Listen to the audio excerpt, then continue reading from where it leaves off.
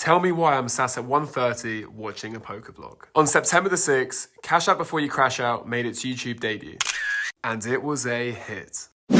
That's not ridiculous. That's not ridiculous to say that. So much so, in fact, that one video wasn't enough. So we're heading back to the tables to gamble once more.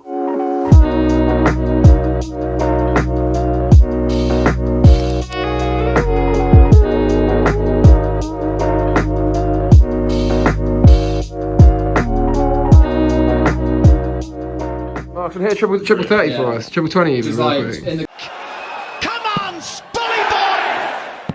Yes, double 12! That is the most amazing leg of odds you will ever see! After running dry for the first hour or so, we finally look down at a playable hand when we get dealt 7-8 of hearts on the button. Marcus opens to £1 and Ben makes the call before the action then folds round to us. Now, we're in position with a pretty nice hand, and so typically I'd opt a 3-bet here. But last time I tried to play this hand aggressively, 12. I got cooked. Trying to get pretty with the suited connectors, no good.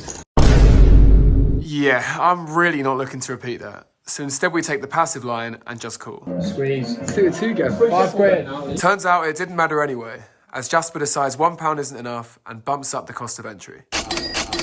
Squeeze no good. Wait, did this guy really think we were going to fold pre?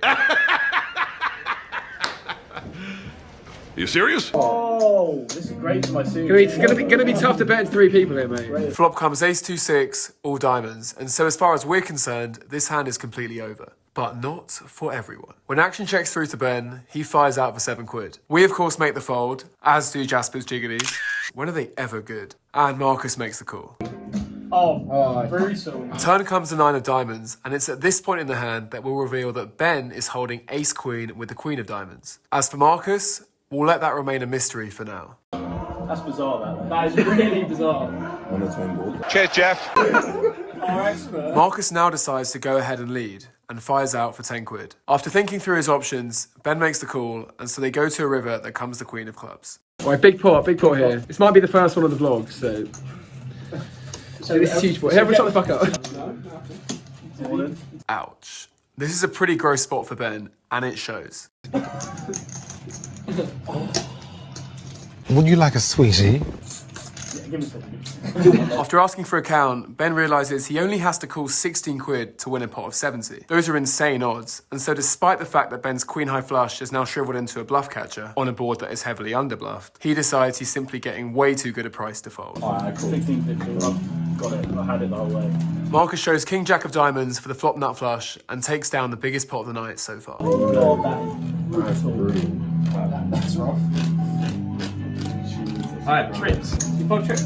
No. Have you not seen that meme? I had trips. The next hour or so sees us continue to run dry, and so instead we're going to play this hand vicariously through Ben, who finds himself in yet another tough spot. Man, the first time was so nice, I had to do it twice. Action folds round to Sam, who opens to £1 on the button. Marcus makes the call, as he does with literally all of his hands, before Ben then looks down at Jack 8 of spades in the big blind. Can't go anywhere with a hand that pretty, and so Ben flicks in the call too, and they go 3 ways to a flop of Queen 7-9 rainbow. Whilst this flop isn't amazing, Ben does have the gut shot to the nuts and the backdoor flush draw. So when Marcus fires 150, he decides he's got more than enough to call. Sam makes the call too, and they go to a turn that comes to Jack of clubs. It's not the magic 10 he was looking for, but it's not a bad alternative, as Ben now finds himself upgrading from Jack high to second pair. For Marcus, it would seem not much has changed, and he continues to barrel on this card, this time for 2 quid. And yes, a £2 bet still counts as a barrel, so shush. Having literally just improved, Ben's hardly going to fold now, so he flicks in the call, and Sam does too. Give me a good fucking card. River now comes the 2 of clubs, which, aside from the unlikely backdoor flush, should mostly be considered a blank. Regardless, Marcus seems more than happy to get to showdown at this point, as does Ben, who decides to check behind. But Sam isn't done quite yet, and instead shoves all in for just over pot, forcing Marcus out the hand immediately and putting Ben in the blender. I beat ace king, which seems like something Sam could have, but he could also have a lot of other stuff, and it's for that reason that Ben finds himself in the tank for a long time. There's a little smile when I said it, but I don't want to. You might have done that on purpose. So. Eventually, Ben lets it go, only for Sam to then show him that fabled ace king. Oh, that was so cool! Hey Dad, did you see that? Did you see me? Did you see what I did? You so totally rock, Squirt! We need a doom zoom on Ben, unfortunately. They ask you how you are, you just have to say that you're fine when you're not really fine, but you just can't get into it. Yeah, he kept saying Ace King over and over again. I was like, bro. I just had a jack. Having leached off Ben for content pretty heavily so far, we are finally in a hand of our own. We look down at Ace 8 off under the gun, and whilst this would typically be a fold, we've been far too card dead to be throwing away ace highs. So we open up the action to 80p and get 3 callers, going 4 ways to a flop of ace jack 9, 2 diamonds. 220. 220, just like that, yeah? Yeah, he just pops it like that. Despite me being the pre-flop aggressor and this being a board that favours my range, Acer decides to donk into me for 2/3 pot. Now, I've got top pair, so obviously I'm not going to fold just yet, but I do now have my guard up. Given that, for Ace to bet into 3 people, including an under the gun open, would suggest that, at the very least, he has some kind of high equity draw. I'm going to have to call that. He puts the pot and betting. I'll have to call it wrong. Oh, floating. He was getting his hands in the cookie jar, guaranteed. Oh, someone's got the first.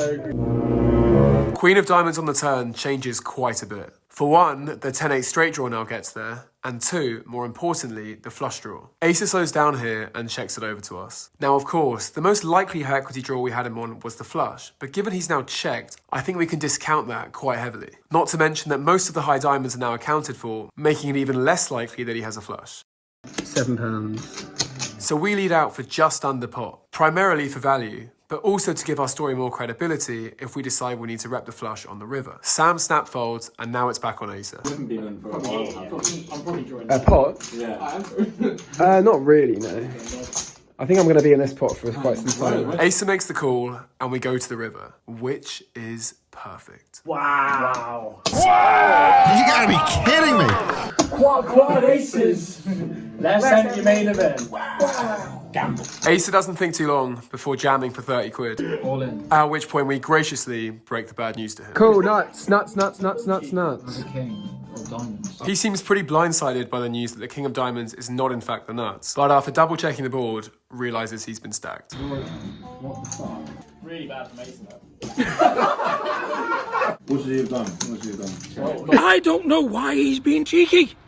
Why is he being cheeky? Now, if you can't win the first all in, then try again. All in.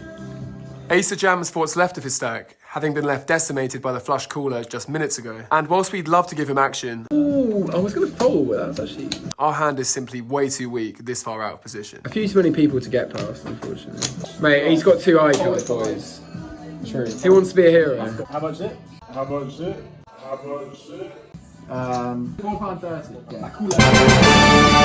Yeah. Best shuffle. Marcus makes the call, and despite Ace's pleas, Twice. we're going to see 1 run out. You're 3-4. No, I'm not that strong. What a stupid question that is. What a stupid question. You see, so Show Show you it. the 4. That's not good, bro. Oh my God. That's all me, bro. I know that's all you. Yeah, he really wasn't lying. Marcus shows 2-4 of hearts for the turn straight and rivered flush, cracking Ace's ace jack and sending him back to the chip box.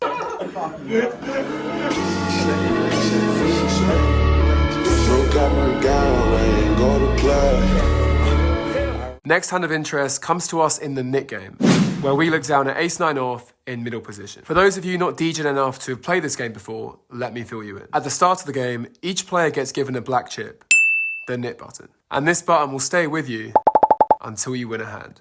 Last one to win a hand pays a fine, and tonight, that's £1.50 to each player. Arms are knitting up like. But you've got the nit button, bro. You have to pay more money if you don't. Given the nature of the game, people are far less willing to fold. And so for that reason, we decide to bump up our open size to 150.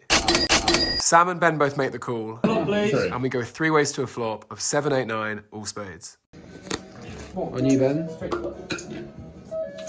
Ben checks it over to us, and with top pair and what is a very wet and dynamic board, we decide to bet small, firing out for 2 quid. Yikes. All in? There's no reason. It's a very big bet, bro. How badly do you want to win this hand? When Sam snap shoves for 25 quid, I don't know what to think. Ben quickly gets out the way, and it's now back on us. The only thing is though, Come on, we're gonna see Vic in action. shall I put the piece of the puzzle together here? I mean, firstly, I'm getting terrible odds. And this is just one of many reasons why calling with a meek top pair is hardly an attractive proposition. But at the same time, we start to wonder whether Sam really would take this line with his really strong hands. A bet of this size should get almost all decent-ish hands to fold. And so, if Sam did have a strong hand, You don't jam a main flush, surely, bro. I'd expect him to bet smaller so as to keep those worse hands in. Not to mention, it is the Nick game, and Sam hasn't yet lost his button. So I feel like there's a decent chance he's just trying to take this down now with some kind of draw. Should we just get really stupid with it and cool? Come on, mate, do it. Hey, whose side are you on?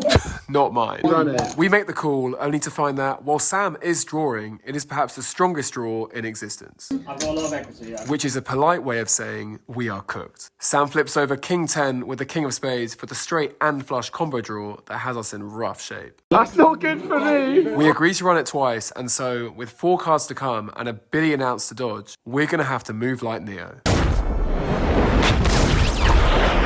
But I'm not Neo. At all.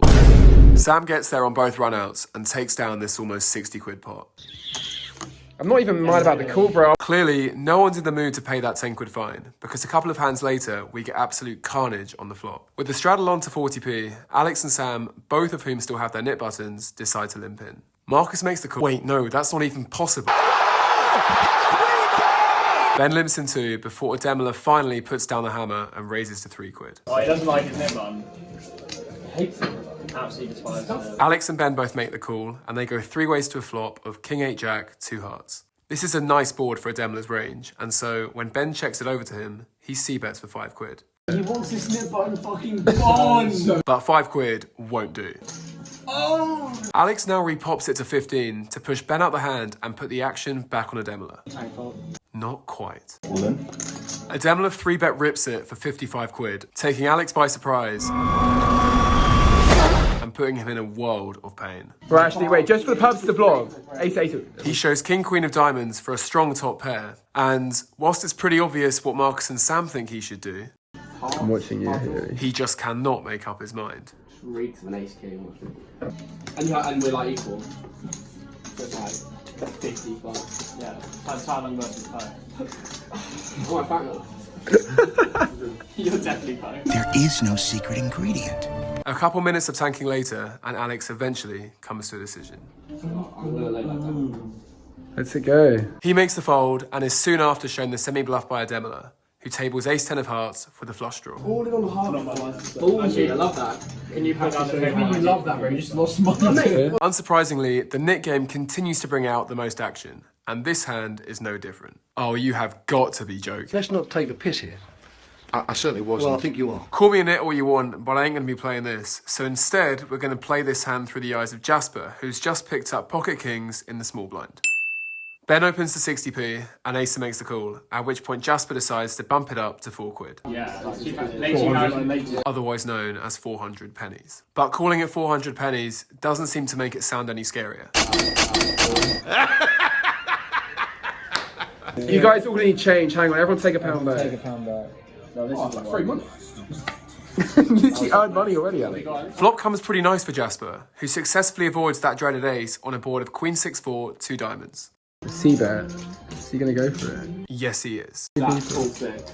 Full 6. Jasper continues for just over a third pot, and is met with quite the response. All in, I'm all in. Oof. He says it like he's got a gun to his head. I have to go all in. Is that a humble 31 ace? Nothing's humble about it, actually. On a flop as safe as this, where, as played, he can only be behind pocket 4s and 6s, not to mention the fact he beats value hands like ace-queen, Jasper's kings are going nowhere. It's on you. You cool, okay. Yeah, he's folding. Once or twice. Well, before we try, which one he wants twice? We can do twice. I want to see it. God, now say one. Ask him. You know how I said it was only pocket 4s and 6s Jasper had to be worried about? Yeah, well, this happened. Oh, fuck. Alex shows middle set to leave Jasper's kings in horrible shape. And they stay in horrible shape. Both runouts come clean for Alex, who cracks Jasper's kings and takes home this 80 quid pot. Fuck. How much is that? 35. Oh, that is brutal. Whilst Alex is busy stacking Jasper and Ademla is busy bluffing Alex, Asa is busy at the chip box, buying in yet again. I did it because I liked it. Hell, I loved it. I'm sitting here, I'm just itching. I'm itching to do it again. In for another 40 quid, this man is on his 4th buy-in, and so he needs a win.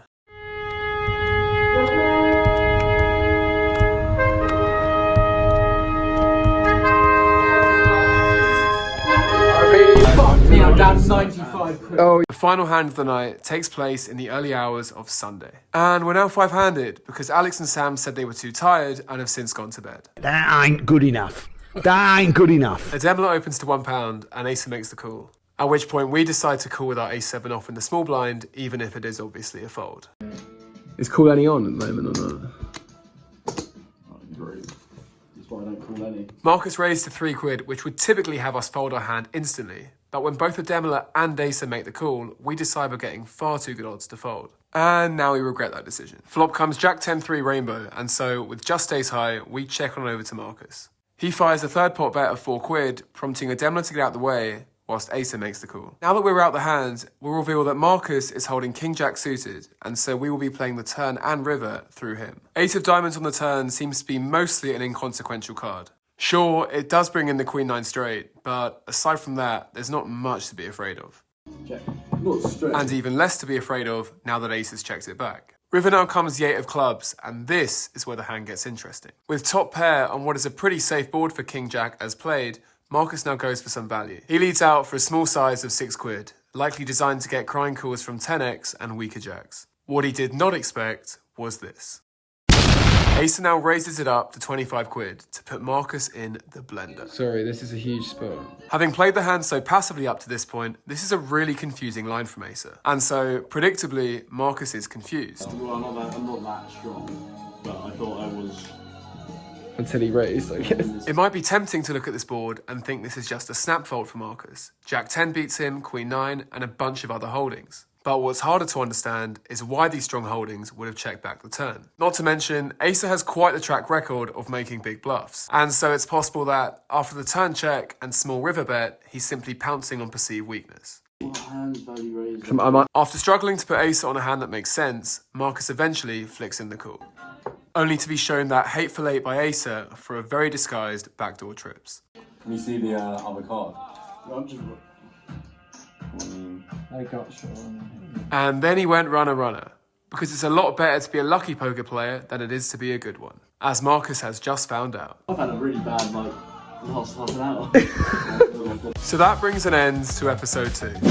Now for the results. Sam topped the leaderboard with a modest haul of 64 quid, whilst Asa completed the biggest comeback of his life to dig his way out of that 3-figure hole. A less successful night for Jasper, however, who marked his debut with a 60 quid loss. As for us, well, at least we didn't lose. If you enjoyed this video, then don't forget to drop a like and subscribe. We will see you in the next one.